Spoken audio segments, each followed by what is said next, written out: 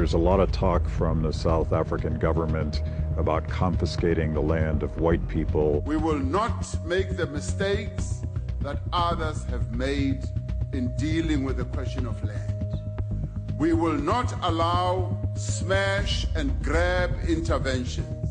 And really going in the direction of Zimbabwe.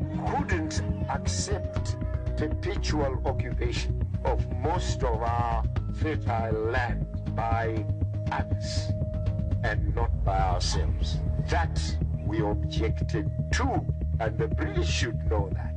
This is Zimbabwe. It cannot be an extension of Britain. Is this a good idea? Yeah, look, the fastest way to impoverish the country economically would be to adopt that kind of policy whereby you would have properties being confiscated, being expropriated without compensation whatsoever on a coercive basis. That would be the fastest way for the economy to implode. Besides that happening internally, it would send a negative signal to potential investors out there that this is not the market to which they should aspire to direct their investments. So they would look at other markets for them to invest in. So that would happen in the short term. It would not be a long-term thing. But my advice, again, to substantiate to my point of view is that, look, we can look at contemporary systems right now, like socialism in Venezuela. It's a dramatic failure. It's empty shops. They are no goods. The economy is imploding. The economy is contracting. There is socio-economic chaos in that country. It is dramatic. It's on TV screens. Being confronted with all this evidence that is there, how can anyone still adhere to the socialist paradigm? It doesn't make sense to me. Now, I find it very, very strange that in the US there is this socialist sort of sentiment still prevailing. We saw this during the elections, during the recent elections, and for me, I just couldn't comprehend that. And maybe I need to check my head, but it is rational. It is rational, though. I think the problem is with those people who've been advocating socialist-oriented policies in the United States or even any other country for that matter. So if we want to take off in this country, we must look at the lessons of history. We must look at empirical evidence. We must look at what is happening right now. We need to look at Venezuela. We need to look at communist China, what is happening.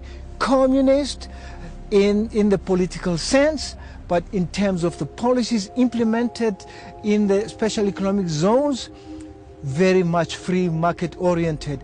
And the thing is, what is happening currently now is that the special economic zone concept is being rolled out. I think a person who still subscribes to the socialist concept itself is somebody who needs to see a psychologist.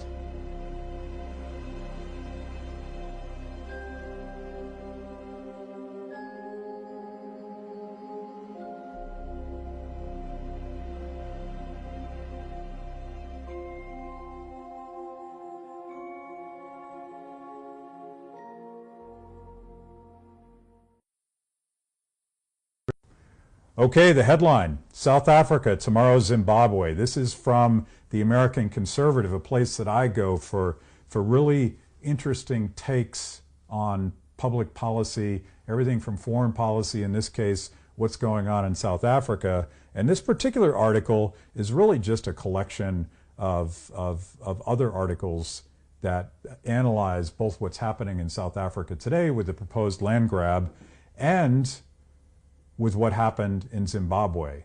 The history is frightening.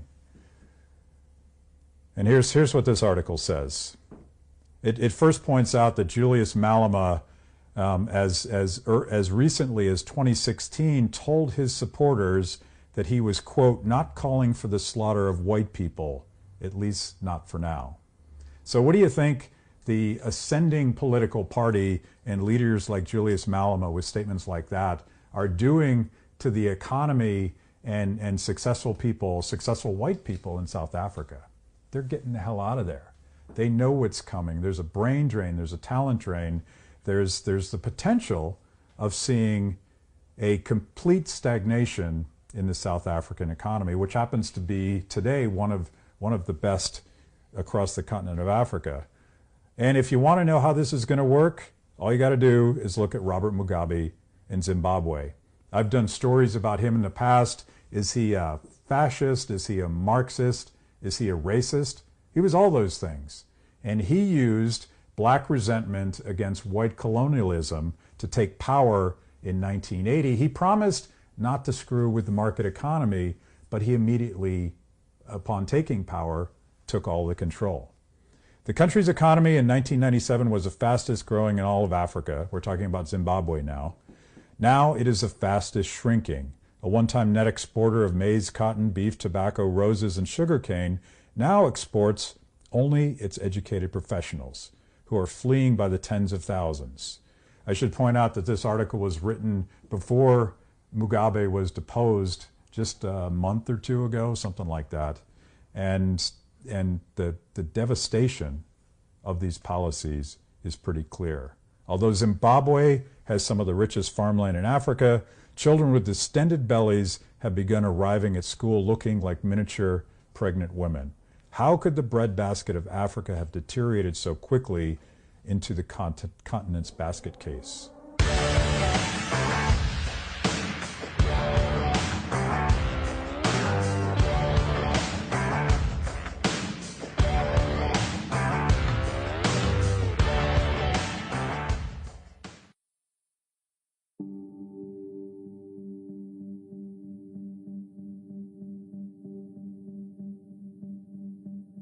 You were born in China in 1958, the beginning of the Great Leap Forward, and you were in China for 26 years. 26 years.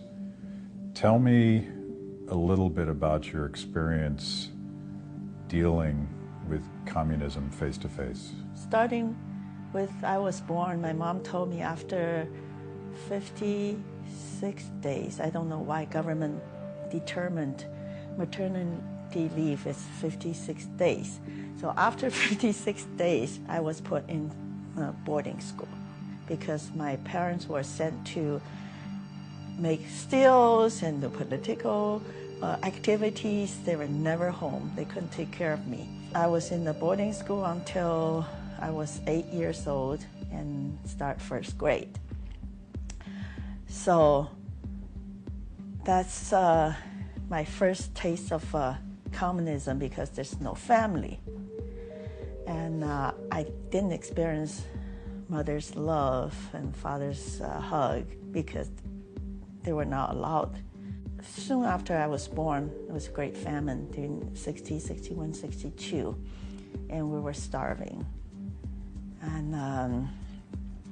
And also as a little kid, we have to participate in collecting scrap metals, actually just break down ready-made products like pots and pans, doorknobs, and to melt it down, pretend to be a product of steels to meet the quota the government set up. We live on campus in China where you get housing where you work. My mother was a university professor, so we live on a university campus. All the sports grounds are turned into production ground for steels, and then the professors and students make some kind of thermos. I don't know. They didn't even understand how to do that, and burn all the trees. First, all the trees are cut down to burn, and then all the chairs and tables all burned to melt down those steels and then get a lump, and they will drum and dance and sing, march on the street, say, yeah, we got 10 kilo, whatever, steel.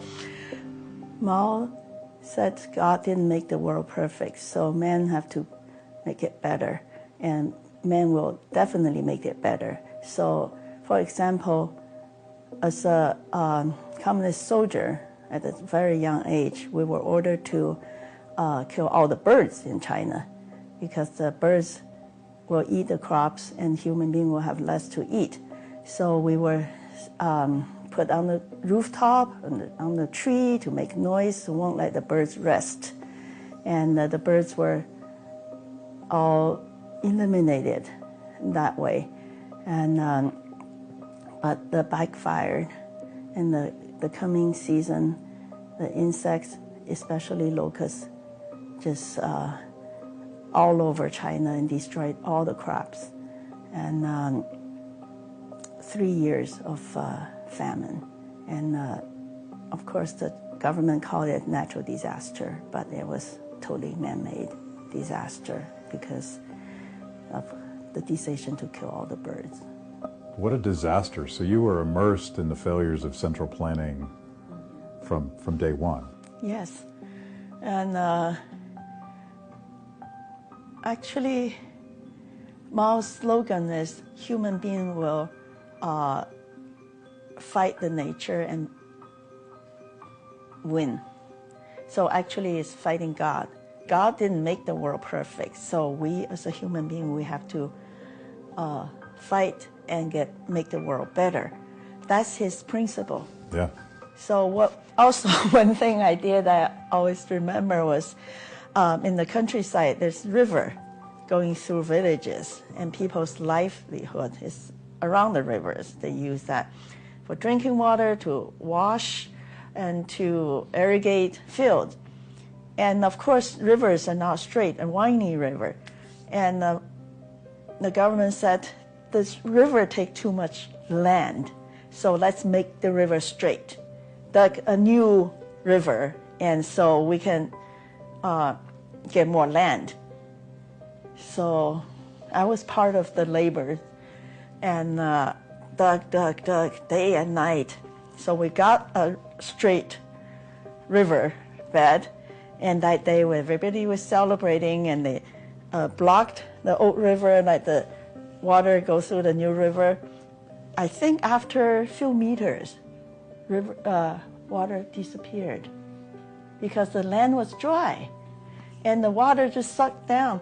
And the old river, the bottom was sand. So it couldn't be used for agriculture. So not just wasting the labor and the new land, and also waste the old river. And after that, the whole area had no water. We couldn't have any water to eat. We can dig. We did the wells, but because that area was so rich in mineral, the water from the well, when we cooked the rice turned gray or green. So we couldn't drink it, but people still did it, and so a lot of people just died. You were telling me a story earlier about Mao's decision that in the mountains of China you would grow rice. Right. And you can't grow rice in the mountains. You're right, because it was a hilly landscape, and the soil was very clicky. And when you have water, it became very sticky, so you couldn't grow rice. But Mao said you couldn't grow anything but rice because we're on the south of Yangtze River. And so we have to make the terraces because not much land there. That's why a lot of people go now sightseeing to the terraces. They thought it was beautiful. For me, I just hate it because so much work to put into it. Some mountains have nothing, it was easier. Some have trees and bamboos, we have to cut them down and put the rocks away and making terraces. And there's water. Terraces grow rice need water, but they're on the mountains. So we have to carry water on our backs, going up, dumping into the field, endless trips every day, hundreds of times to soak the land, the soil. What happened was because the soil was virgin, there's not enough nutrient in there, and was not, naturally it's not good for rice, not enough water. So we end up putting more seeds in there than we harvest. And then the government said, okay, The problem is you don't plant enough. Single cropping become double cropping, become 3 times a year. And the soil was just refused, and it becomes so hard. What we did, they order all of us, especially kids, we just go into the fields, the terraces, and we hold hands, we step on the soil until it's become soft. We go in line back and forth, and step on the soil. And then we plant. Still didn't produce anything. The farmer at the end of the year, because the government also gave us quota. The quota was determined by the central government, by somebody fabricated the number. So that was ridiculously high. So what happened to the farmers, they give everything they produce to the government, they still not enough, so they owe the government. And in order to eat, they have to borrow from the government the food they produce to eat. And usually a family have a big wok filled with water and put 1 handful of rice to make a soup. I remember I could count how many grain of rice in my 1 bowl of soup. So you just drink that all day long. At the end of the day, little leftover, you feed the pig. The pig was also very, very skinny. So that's the peasants. And I thought to myself, they are the producers, the suppliers of the livelihood of the country. If they are this poor, where all these food come from? And I can tell, even I was living in the village, I could tell the whole country was starving, because that's reality.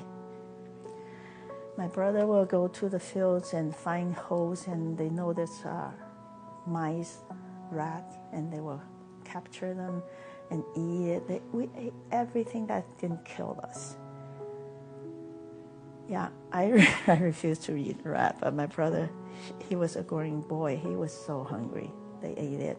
And go to the pond, get the snails and frogs. I was very good at cooking frogs. And yeah, we ate everything that didn't kill us. The tree bark, tree leaves, the grass. I knew all the grass witches at the farm. Friedrich Hayek has this phrase, the pretense of knowledge. And then later his final book was The Fatal Conceit. You're talking about a communist dictator that not only wanted to redesign the economy, he wanted to re-engineer the earth. Yes. Yes, that's the most strongest slogan. Yeah. In Chinese, we say, 人定胜天, people will definitely win over God. Wow. So let's take a step back. You said something that I think people will find unbelievable, but it was a key part of your life. You didn't grow up with your parents. You were sent to boarding school because a key premise of the Cultural Revolution was that the family didn't matter anymore. The state was now the family. Am I saying that correctly? Oh yes, absolutely, because when we were little, we have to learn songs. We have to sing every day, say, mother's dear, father's dear, but nothing more dear than the Communist Party. So they're greater than your mother and your father. And dear Chairman Mao, that's the song we have to sing every single day. So family doesn't matter. The party and Chairman Mao is more dear to us than the family. So we should always put their benefit and their interests ahead of ourselves, our families, our parents, or our children. And the purpose of that was to dehumanize people. Yes. They may not have said it that way, but it was to make sure that those loyalties didn't exist anymore, that people didn't care about each other, and that they felt one obligation, and that was to Mao. Yes. For example, it's funny, at the wedding, and the people don't say, I love you, or vow to stay together, and for better, for worse, whatever. Is say, okay, now we vow our loyalty to Chairman Mao and party and country. That's their wedding vow. And people don't matter. Their relationship don't matter as long as you love the party and the country. Actually, still now, it's not just Cultural Revolution. It came back. It's still the same. I am very thankful that we didn't become crazy. Many of our relatives became crazy even until today. They're afraid of so many things. They're traumatized. And just things, all the people were really, really creative of humiliating other people or torture. There's so many different forms of torture. And many of my family members couldn't take it anymore. They commit suicide, so many. The youngest one was 16 years old, beautiful young girl. She killed herself. My favorite cousin killed himself, and his mother also killed herself, all different ways, threw herself in front of the train, and the cousin was jumped from the chimney after drinking a lot of lime water. And all different ways, they couldn't take it. They didn't understand what is going on. So many Americans have this gauzy, almost romantic view of socialism and communism.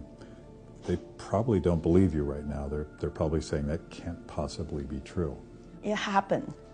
Even Chinese people, they criticized me. I said, well, I did not read from anywhere. I lived through. That's my personal life. I sang those songs. I participated in those kind of weddings. I did all of my labor work forced by the government.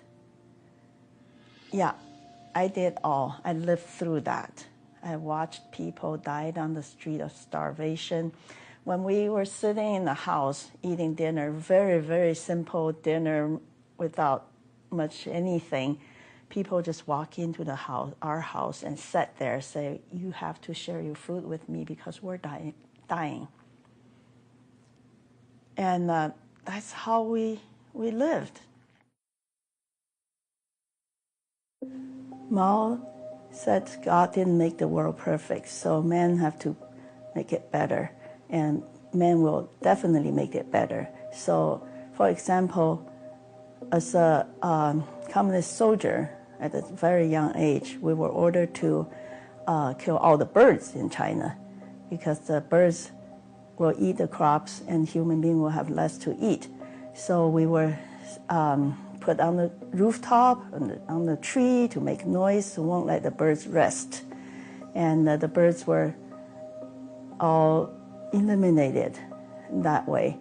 And but the backfired. And the coming season, the insects, especially locusts, just all over China and destroyed all the crops. And 3 years of famine.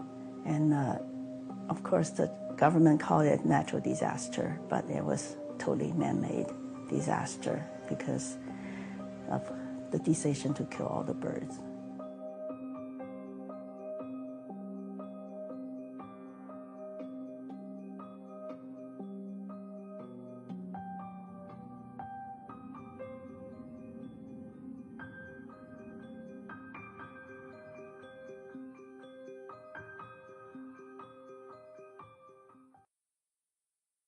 Nick Freitas, you are the most interesting Liberty Republican. What animates you? Why are you doing this? I think what animates me is, again, I have a deep philosophical conviction of the concept of individual liberty and human freedom. I think law and order is a good thing if we're talking about equal protection before the law and it applies equally to everyone. But when law and order becomes, when the test of a law and order society is how many people you've incarcerated, right, or how much police powers an organization has, the genuine message gets lost in all of that. And so, once again, it's a failure to live up to stated principles. And I think some of that comes, too, from a failure to really understand what those principles mean. And until we get back to fundamentally explaining what the philosophy looks like, I think we can expect for people to not take us seriously. And we're throwing around terms that have kind of lost their social meaning, or they've been manipulated within the colloquial nature of language.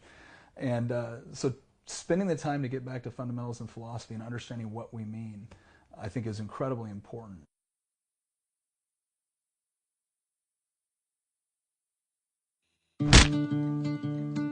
He has been an outspoken critic, first of Hugo Chavez and his socialist policies, and particularly as Nicolas Maduro has ramped up and doubled down on those policies, going back to 2004.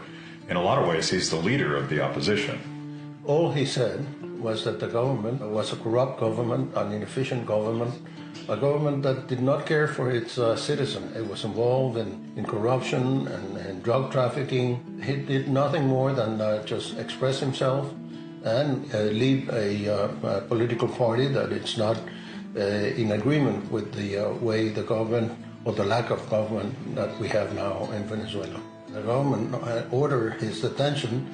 He did not hide. He did not go out of Venezuela. He confronted the unjust process that lasted for 1.5 years. He spent 3.5 years in a military prison called Ramo Verde, moved to his house for house arrest, very well isolated, and definitely he's not allowed to use the social media or ways or means to communicate his feelings to his party or the rest of the population. It's very difficult.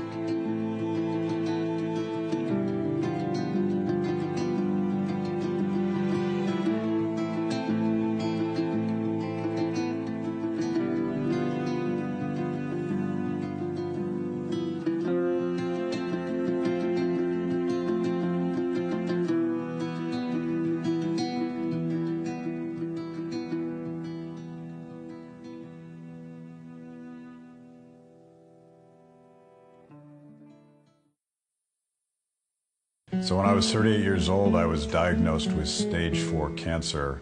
A routine doctor's visit, he discovered a tumor the size of a small football in my abdomen.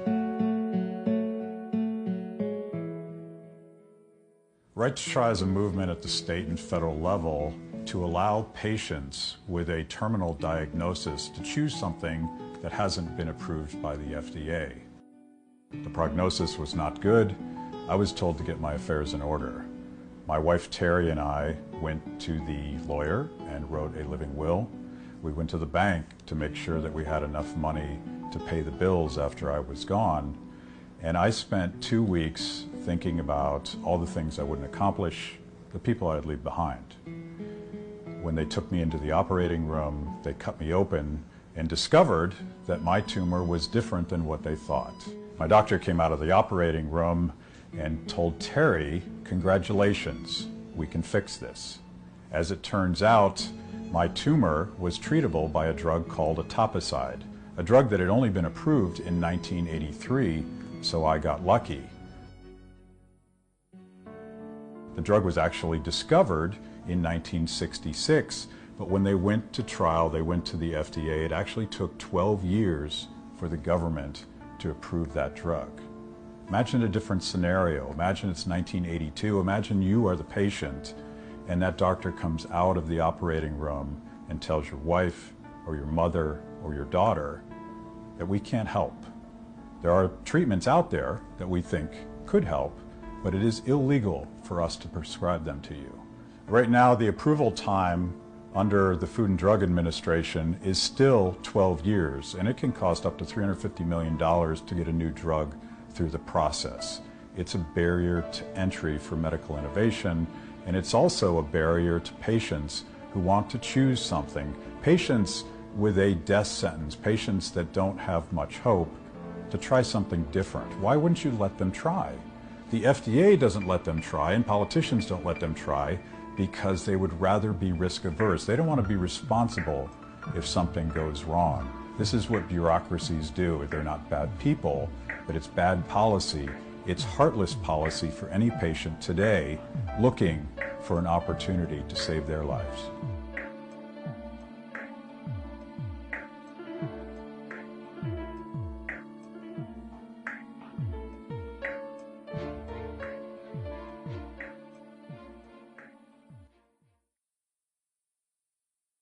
Nick Freitas, you are the most interesting Liberty Republican. What were the books that turned you on to this liberty philosophy? I'm a devout Christian, so I always say if you can only read one book, read the Bible, right? Because I actually think that's a liberty message as well. But if you can read two, read Frederick Bastiat's The Law. That guy does more in 83 pages than I think anybody else does, and it's incredible, and it's actually, I think it's fun to read. I don't know, maybe I'm a geek, but I think it's fun to read. Go to Economics in One Lesson, or maybe Basic Economics by Thomas Sowell. If you're feeling brave, Human Action by Ludwig von Mises. Pretty much anything written by an Austrian school economist is a good idea.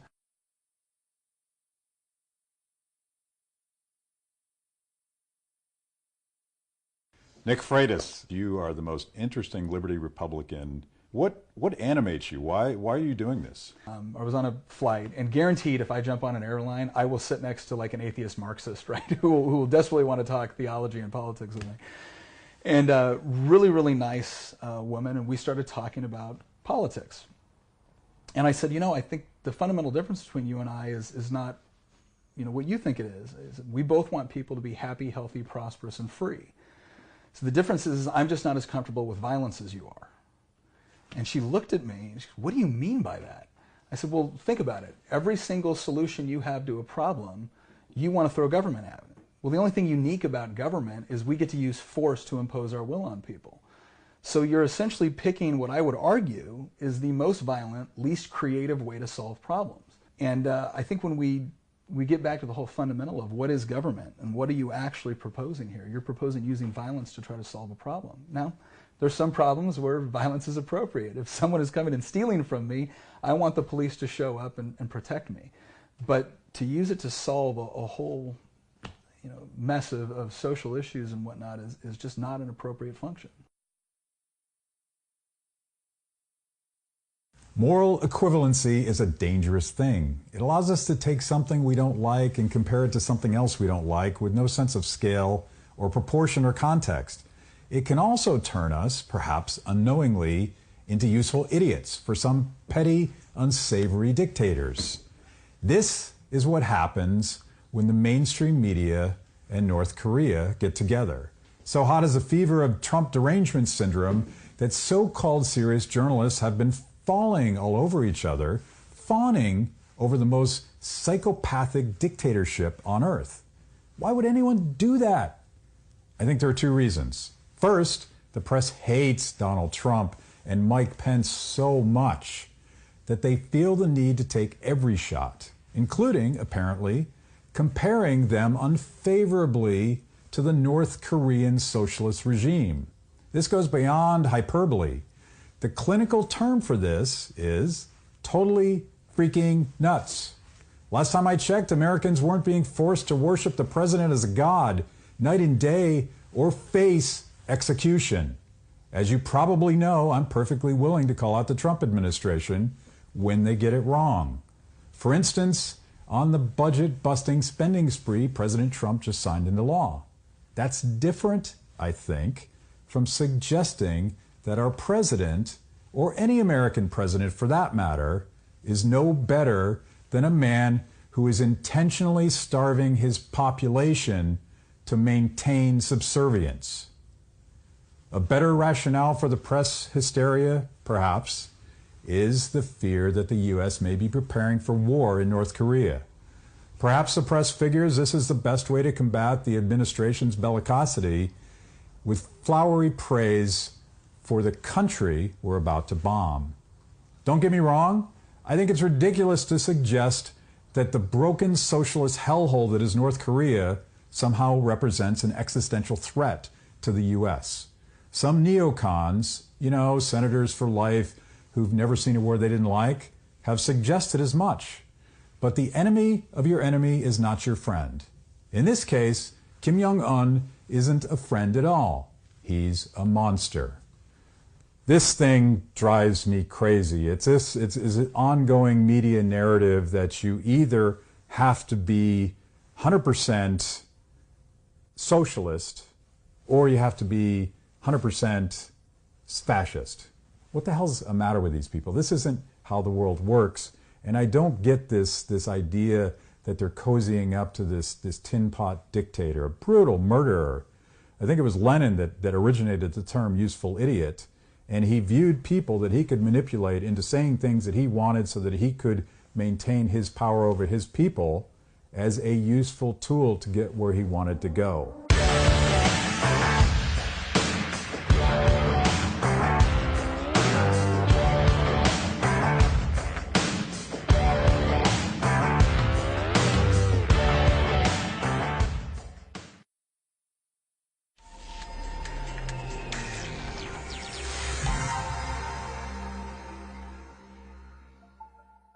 And I'm thinking that you are the most interesting liberty Republican that our viewers have never heard of.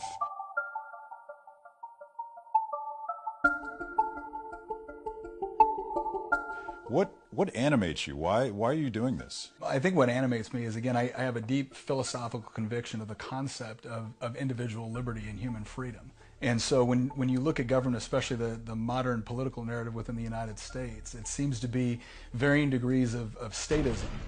And when I look at what free people are allowed to or able to accomplish when government is there to protect their liberty and their property rights, instead of trying to micromanage or trying to fix or develop solutions from D.C. or wherever else it may be, again, it's just incredible what people can accomplish. You are a two-term Iraq veteran. That's correct. You served in special forces.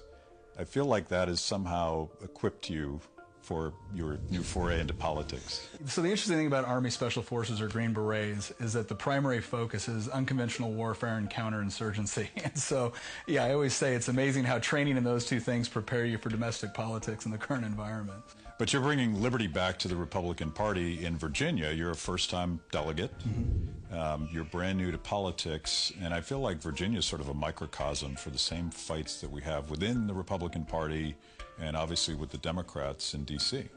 No, very much so. I think that the country as a whole and the Republican Party is at a crossroads right now, where we're either going to go back toward the Rockefeller brand of republicanism, which is basically we're better at managing the train wreck than everybody else, or we're going to go to a more liberty-based version of the Republican Party and the Republican philosophy. It is irresponsible and dangerous to continue to put America further into debt. And I don't think there's any future in the Rockefeller narrative. I think we have to be a party that understands that you can't fix everything through government force and coercion, that genuine liberty and genuine freedom is about living and let live. It's about coexistence, is resisting the urge to coerce those whom you can't convince.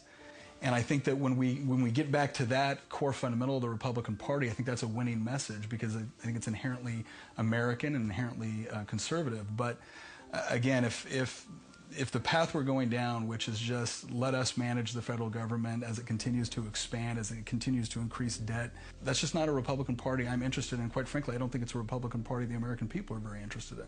After my second tour in Iraq, I think one of the things that really impacted me was watching Barack Obama get elected while I was overseas.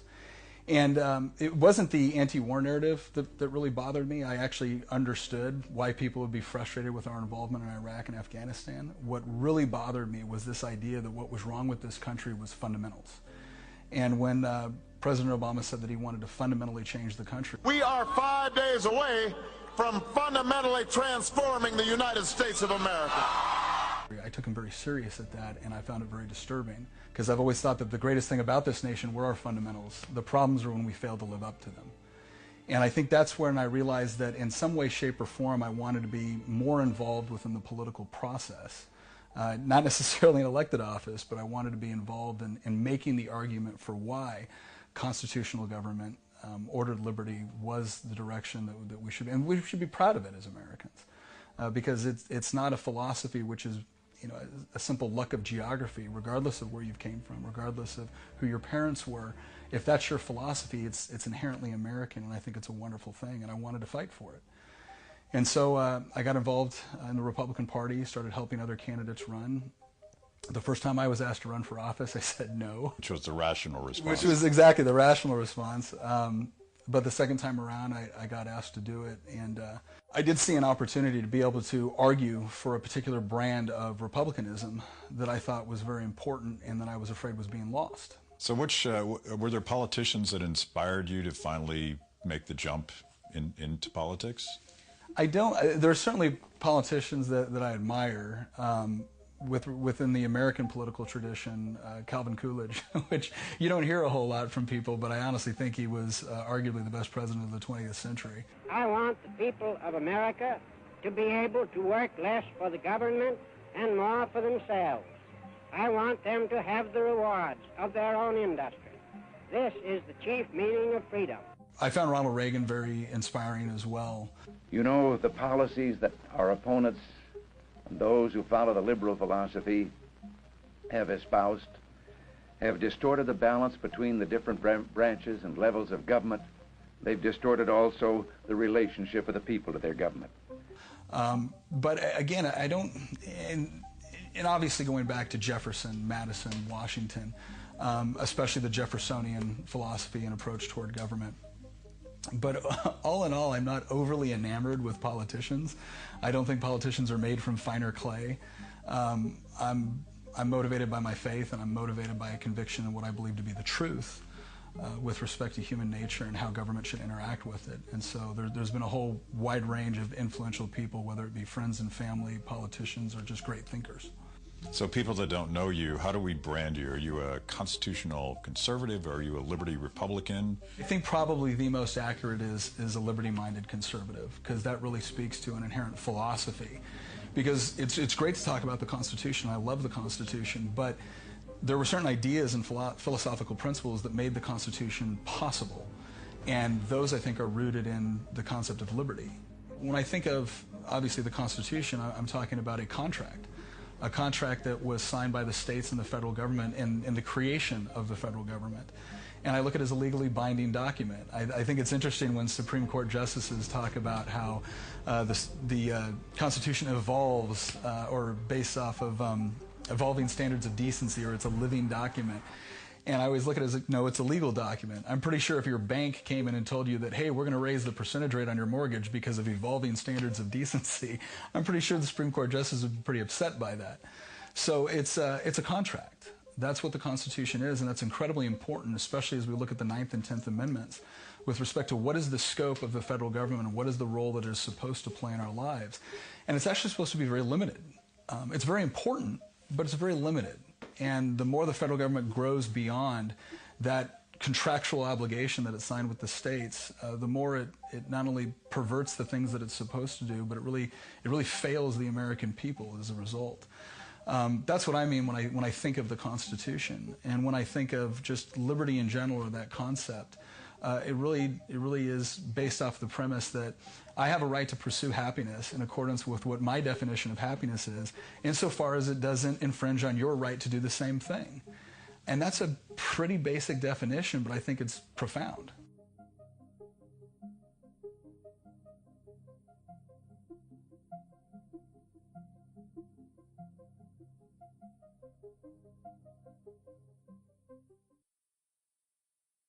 Everyone says that America doesn't make things anymore. Donald Trump says it all the time, but it's not entirely true. While steel production may not be what it once was, there's still one thing America makes better than anywhere else in the world. Of course, I'm talking about movies. Hollywood churns out hundreds of movies every year for the entertainment of you, the movie-going public. But while I'm as much of a film buff as the next guy, I've noticed that Tinseltown is home to some pretty strange opinions. You've got multi-millionaire movie stars complaining about capitalism, the very system that made them rich, and condemning the values of the very people who go to watch them on the big screen. How does an industry survive when it so readily expresses disdain for the customers that buy its products? I don't know. It's like Hollywood is this enormous showbiz bubble that warps the minds of everyone inside it. But it's a bubble, now facing the same technology-driven market pressures that are breaking up big media. Can't happen soon enough. The Oscars are again upon us, God help us. And like everyone else, my tux is pressed, and I'm ready for a star-studded night of tedious, self-absorbed speeches, regrettable jokes, insufferable political correctness, and so much talk about democratic politics. It's going to be a disappointing evening. I hope you'll join me.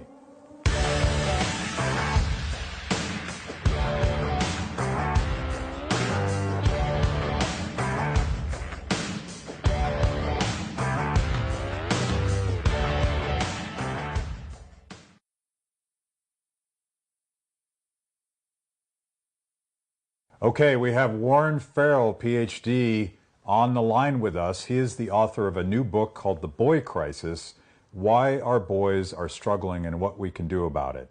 Thanks for joining me, Warren. And I want to start with a question about your theory of why we're seeing so many acts of school shootings and other acts of terrorism in this profile of young males who are the culprits in this. Tell me why you think we're seeing that. If I were to use one word, the word would be fatherlessness. Dad-deprived boys. All over the world where there are divorces tend to lead to a lack of father involvement. Where there's a lack of father involvement, boys are in what I would call the boy crisis mode. Why then is there more shootings over here than there are in other countries? For a number of reasons. One is all the boys who have been involved in school shootings have been in families that are fatherless, or minimal amount of father involvement. So you have Adam Lanza, that was true of, and Sandy Hook. You have Elliot Rogers, that was true of, coming from a broken family. We see this with Nicholas Cruz.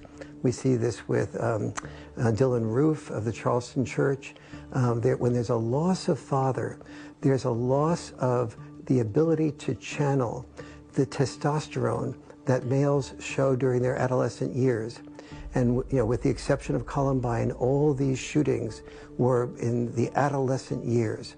And so we have this type of lack of channeling of testosterone by the father and when testosterone is not channeled well, you have it becoming destructive energy. And so that's what you see with the school shooters, is the destructive male testosterone energy. Now, why then more shootings here? Because there's more guns here that are high volume guns that can be used more differently. So you have the underlying mental health problem. You have the underlying gap between heroic intelligence and health intelligence, which has always been able to be filled by people having in the society at large a larger sense of purpose. I'm a hero if I'm a warrior. I'm a hero if I'm a sole breadwinner. Now there's not so much need for the hero as a sole breadwinner or the hero as a warrior. And so there's a lot of purpose void among boys today. And so purpose void combined with fatherlessness tends to leave a lack of the ability of a boy to have his testosterone constructively channeled rather than well channeled. Okay, that resonates with me. So what do we do about it? It's easy to sort of point to the symptoms, but you've offered some solutions. Tell us a little bit about that.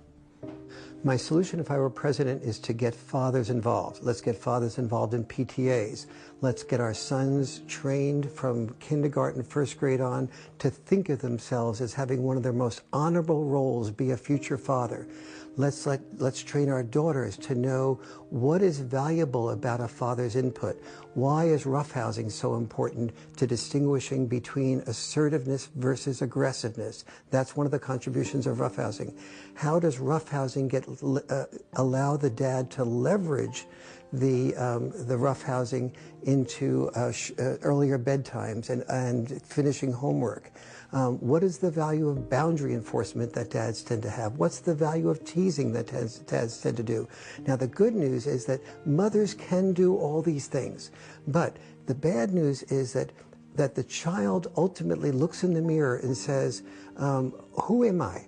And who he is half his dad and half his mom.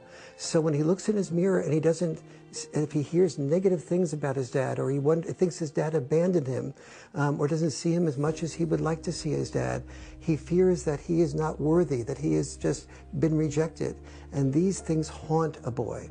So we see all over the world where there is a boy crisis. It's not with all boys. It's with boys more than for any other reason who are without their dads. But in the United States, it's magnified because Our guns magnify the mental health problem. It allows the boy who is already troubled to have access to a way of destroying an enormous number of people in a short period of time, and that combined with the glorification of guns in the culture leads to that being a way that these problems manifest, where the boy feels, once in my life I can make a difference, once in my life I can feel heard, once in my life I can be seen. And this is a deep sadness, and it's a mental health problem, but it needs to be addressed by the involvement of dads in many ways. We can do it through organizations that already exist. Cub Scouts are proven to have boys who spend 2 or more years in Cub Scouts to be boys who have a great deal better character, a great deal more happiness, a great deal more of hopefulness, more integrity, more loyalty.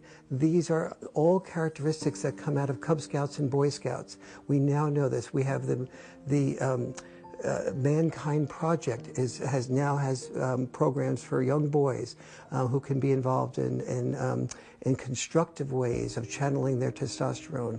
But we need to we need to have more male teachers in elementary schools. We need to basically take, if I were president, I would say, if a community has, let's say, 70% a lack of fathers, which is what is true of the African American inner city community, then let's have 70% male teachers from elementary school, not only elementary school, but also in nursery school, so that the boy has constructive male role models from a very early age, so that he doesn't have to go from a mom-dominated family to a female-dominated school, and then the first male that he has to sort of look up to is a gang leader. Thank you, Warren. I think everybody needs to hear this, and we need to start having a serious, less emotional, and more clinical conversation about how to solve this problem together. Thank you again.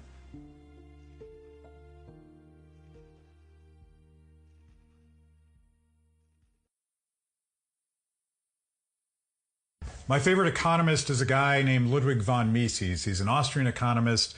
And Austrians believe that economics is a process. It's a creative disruption that does things that no one could imagine. Mises talked about entrepreneurship in that very sense. Entrepreneurship to Mises was the judgment of really being able to see around the corner of history and imagining what consumers want, even if they don't know that they want it.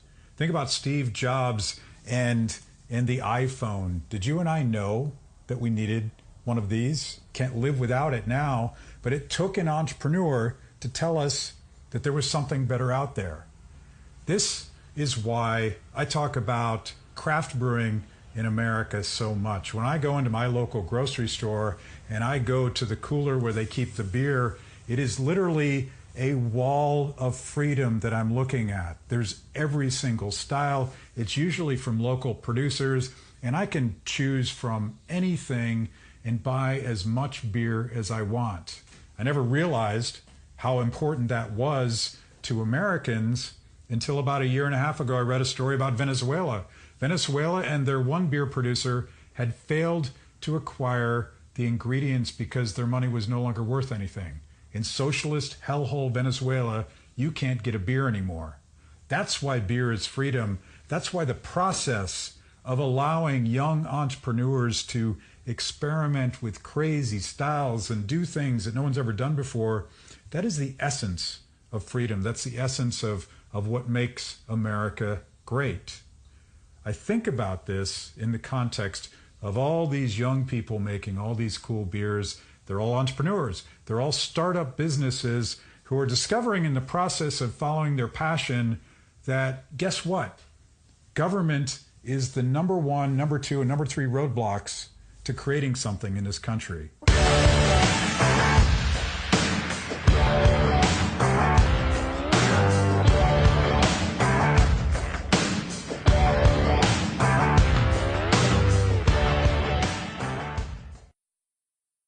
You were one of the leading voices for Brexit and for UK independence and the idea that we should be trading with Europe, but we shouldn't centralize top-down everything.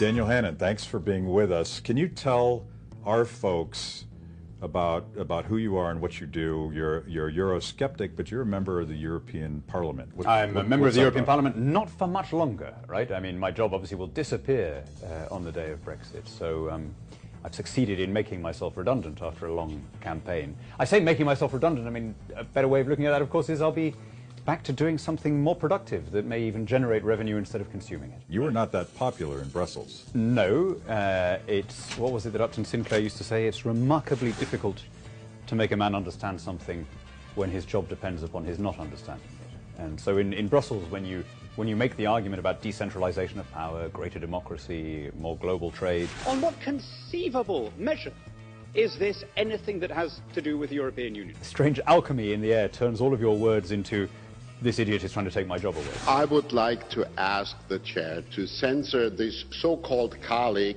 who is insulting the whole House. So it's not a popular stance to take. But of course, outside Brussels, people see it very differently, and I don't imagine that the UK is the only country where there are concerns about the centralization of power.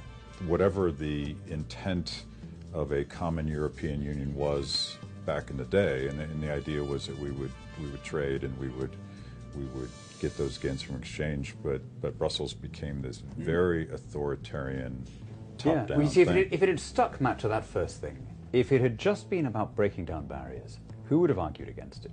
There would have been no argument, there would have been no referendum. But at some point it changed. It stopped being about mutual recognition and became about standardization. It stopped being about breaking down barriers and became about the agglomeration of power. Small but significant changes. You know, there used to be a rule that you could take up a job in another country. Great, right? Any free marketeer should be in favor of free movement of labor. But at some point that became common European citizenship with voting rights and residence rights and all the rest of it.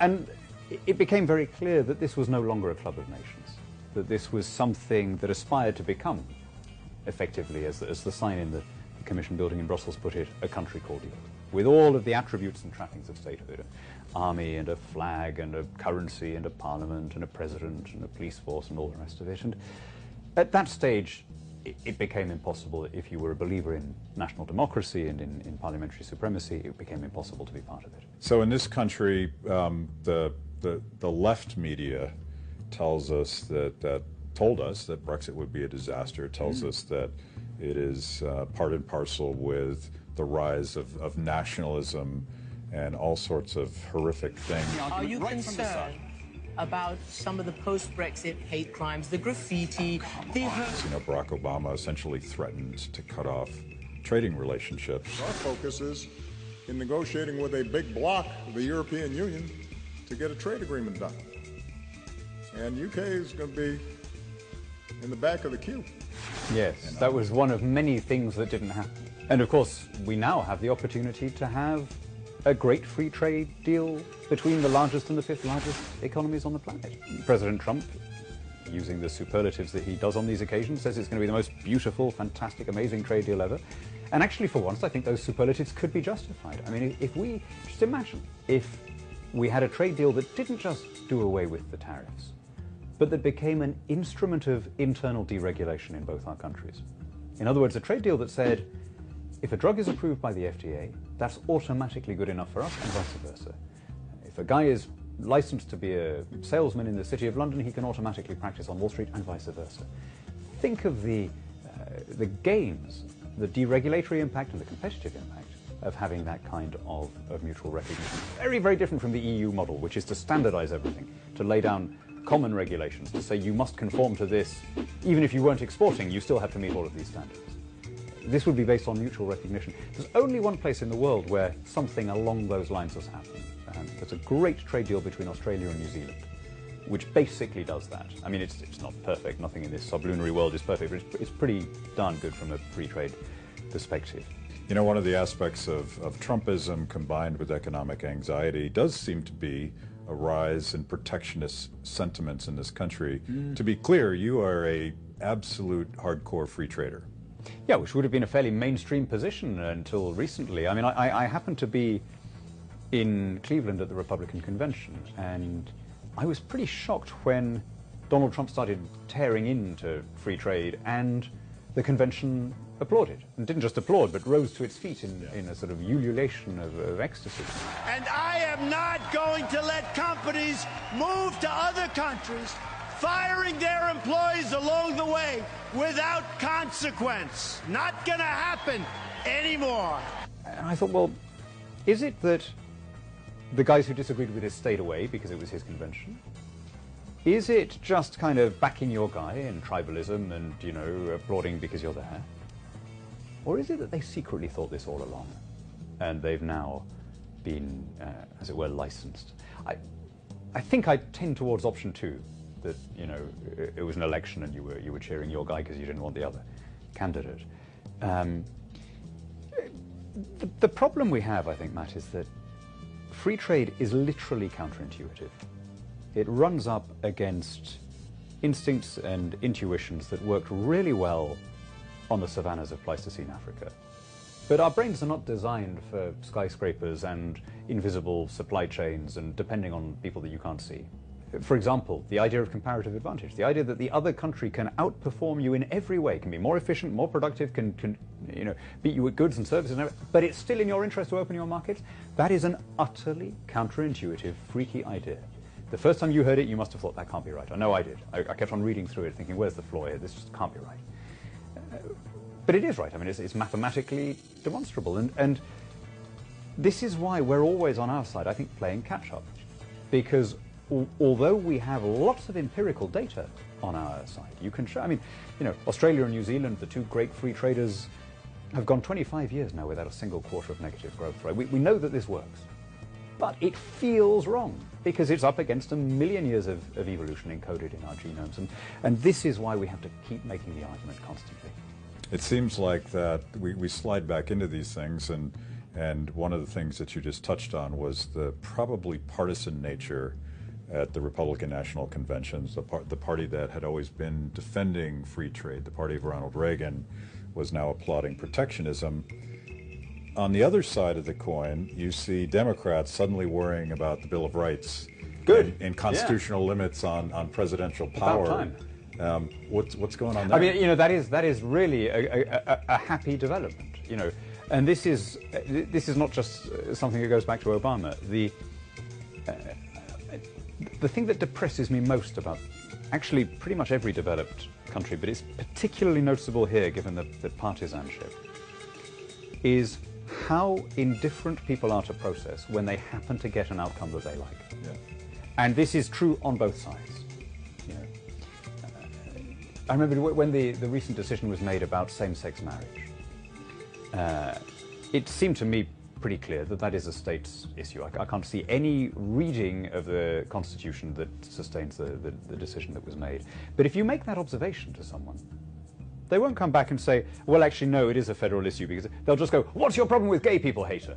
You know, and it's this incredibly depressing thing. And don't think that this is only a liberal reflex. I remember when there was a measure on gun control, a fairly uncontentious one, that Ron Paul opposed because of the same issue as states' rights. It was about giving immunity to prosecution to gun shops who had legally sold weapons that were then used in a crime. Right? And he said, well, I've got no problem with the deal, but there is plainly no warrant in the Constitution for this to be a national issue. It's this region. And the NRA then went mad about it. Oh, we're going to run candidates against him, outrageous, you know, because the NRA were upset because somebody was standing on the Constitution, standing on the letter of the Constitution. And this is when you think, if nobody is taking it seriously, if it's all just about our guys, not their guys, then the whole system here it becomes very fragile.